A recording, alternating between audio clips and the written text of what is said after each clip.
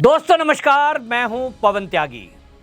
दोस्तों, डिक्टेटरशिप चलाने वाली ममता बनर्जी, जिसको बंगाल की तानाशाह कहा जाता है, अब वो ममता बनर्जी हालात ये हैं कि गिड़गिड़ा रही है।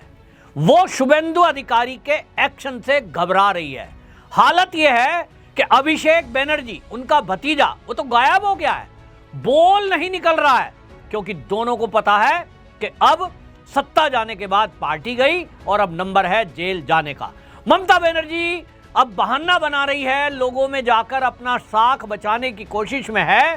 तो आपने देखा कि भैरवीपुर की जो रेप एंड मर्डर वाला केस हुआ, ममता बनर्जी की कोशिश थी कि वो महिलाओं की लोकप्रिय बनने की कोशिश करे, प्रदर्शन करने चली गई हरे रंग की मोटी सी अपनी मोमबत्ती लेकर। लेकिन वहां हुआ क्या? वहां भाई भारतीय जनता पार्टी के नहीं, जनता है। जिनको वो बीजेपी के लोग कह रही थी, वो जनता है। और बंगाल की जनता का गुस्सा फूट रहा है, क्योंकि 15 साल उन्होंने ममता बनर्जी के राज में घोर अत्याचार सहे हैं। घोर महिलाओं के साथ अत्याचार, रेप, छेड़खानी की घटना, गुंडागर्दी इस कदर कि कोई कुछ कहने वाला नहीं। आपने देखा संदेश खाली में किस तरह से वो तो मुट्ठी भर महिलाएं वो सामने आई जिनको भारतीय जनता पार्टी के कार्यकर्ताओं ने सपोर्ट की, और वो खुलकर सामने आ पाई डरते डरते। नहीं तो हालात ये कि कोई एफआईआर दर्ज नहीं करता, कोई डर के मारे कराता नहीं। जो बीजेपी को वोट देगा उसके घर पे बम मार दिया जाता है, जो मकान बनाएगा उससे कटमनी ली जाती है। और अब ममता बनर्जी कह रही है कि हम तो रेप पीड़िता के पक्ष में प्रदर्शन करने गए थे। प्रदर्शन काहे का कर रही थी भाई? शुभेंदु अधिकारी तो पहले ही एक्शन मोड में है, अब उनकी पुलिस एक्शन कर रही है, और ममता बनर्जी लोगों को बरगलाने के लिए मोमबत्ती लेकर मार्च कर रही है। तो जनता का गुस्सा फूटा तो अंडे टमाटर से स्वागत कर दिया। अब उसमें जब झगड़ा हो गया, भाई आप आम पब्लिक को मारोगे, आम पब्लिक कह रही है ममता बनर्जी को, तो गाना भी चला, मां चोर चोर चोर चोर चोर गाना चला। अब आपको चिढ़ लग रही है, लोग आपको चोर कह रहे हैं। अरे चोरी तो कह रहे हैं, डाकू नहीं कह रहे, बलात्कारियों का साथी नहीं कह रहे हैं, फिर भी लोगों की ये भलमनसाई है। और बीजेपी का ये भोलापन कहिए या उनकी शराफत कहिए कि उन्होंने अपने कार्यकर्ताओं को कह दिया कि कोई टीएमसी के कार्यकर्ता को मारेगा नहीं, पीटेगा नहीं, उनके ऊपर हमला नहीं करेगा। वरना ममता बनर्जी ने जो किया है 15 साल, उनके टीएमसी के गुंडों ने जो किया है बंगाल में, अगर बीजेपी वहां ना रोके, शुभेंदु अधिकारी अपने लोगों को ना रोके, जनता को ना रोके, तो इनका हाल क्या होता ये सोच भी नहीं सकते। जो ममता बनर्जी ने किया है ना, जब वामपंथी सरकार हटी थी और ममता आई थी 15 साल पहले, तो जो ममता बनर्जी ने किया, जनता ये कह रही है इनके साथ भी वही होना चाहिए।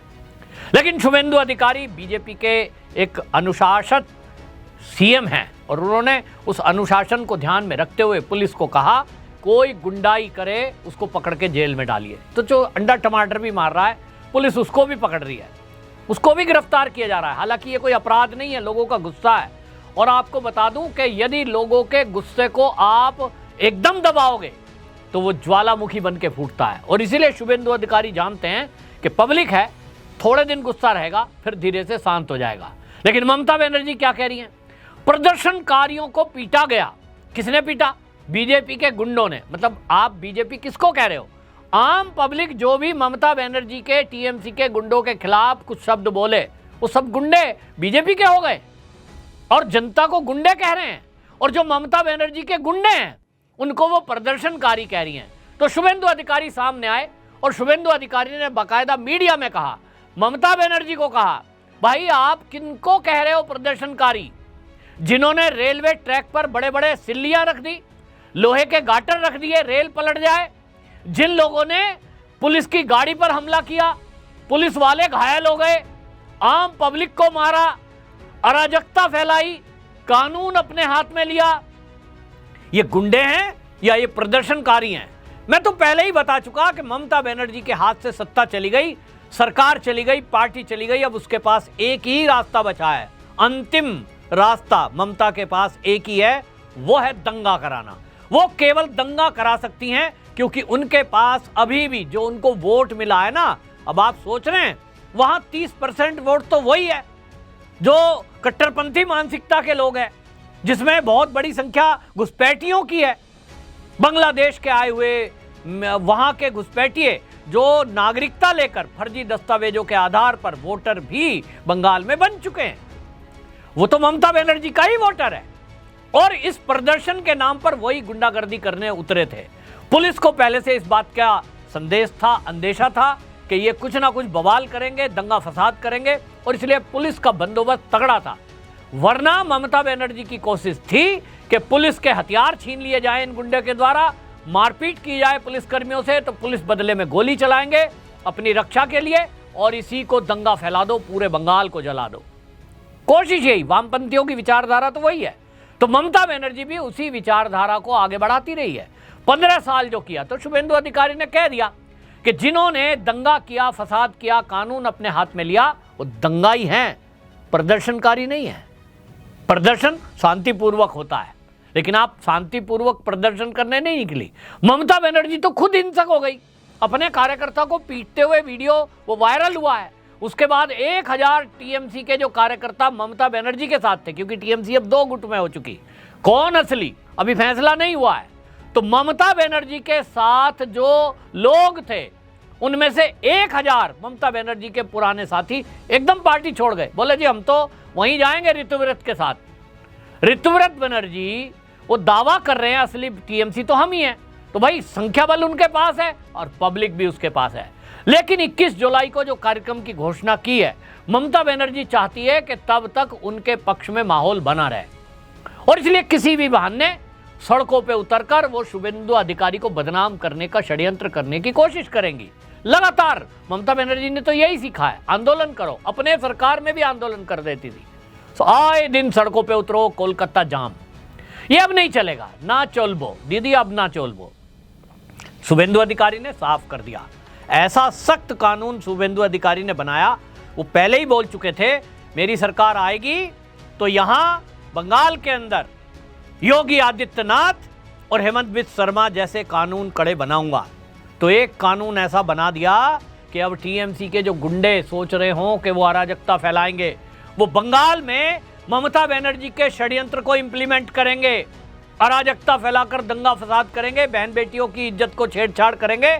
आप सोचिए बहराइपुर की घटना में भी किस तरह से वो जो कट्टरपंथी लोग थे उन्होंने एक निर्दोष व्यक्ति को मार डाला, लिंचिंग कर डाली। और दुर्भाग्य देखिए, देश की कोई विपक्षी पार्टी उस लिंचिंग जिसकी हुई है, उसका नाम आपको बताता हूं, इंद्रजीत तांती, उसको भीड़ ने पीट पीट कर मार डाला। एक शब्द कोई विपक्षी पार्टी का नहीं बोल रहा है, जबकि बीजेपी की सरकार है।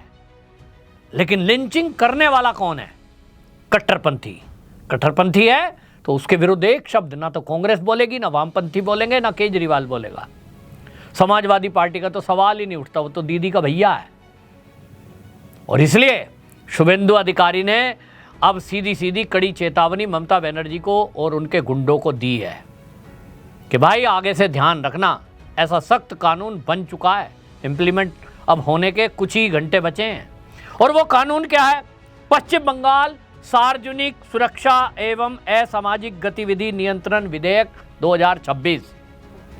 और ये जो विधेयक है, ये टीएमसी के ममता बनर्जी के जो गुंडे हैं, टीएमसी नहीं, ममता बनर्जी के जो गुंडे हैं, अभिषेक बनर्जी के जो गुंडे हैं, उनको ध्यान में रखते हुए बनाया है। शुभेंदु अधिकारी ने इस कानून में एक प्रावधान डाला है कि यहां प्रिवेंटिव अरेस्ट इन ऐसे असामाजिक तत्वों को किया जा सकता है जिनसे यह आशंका हो कि वो बंगाल में अराजकता फैला सकते हैं।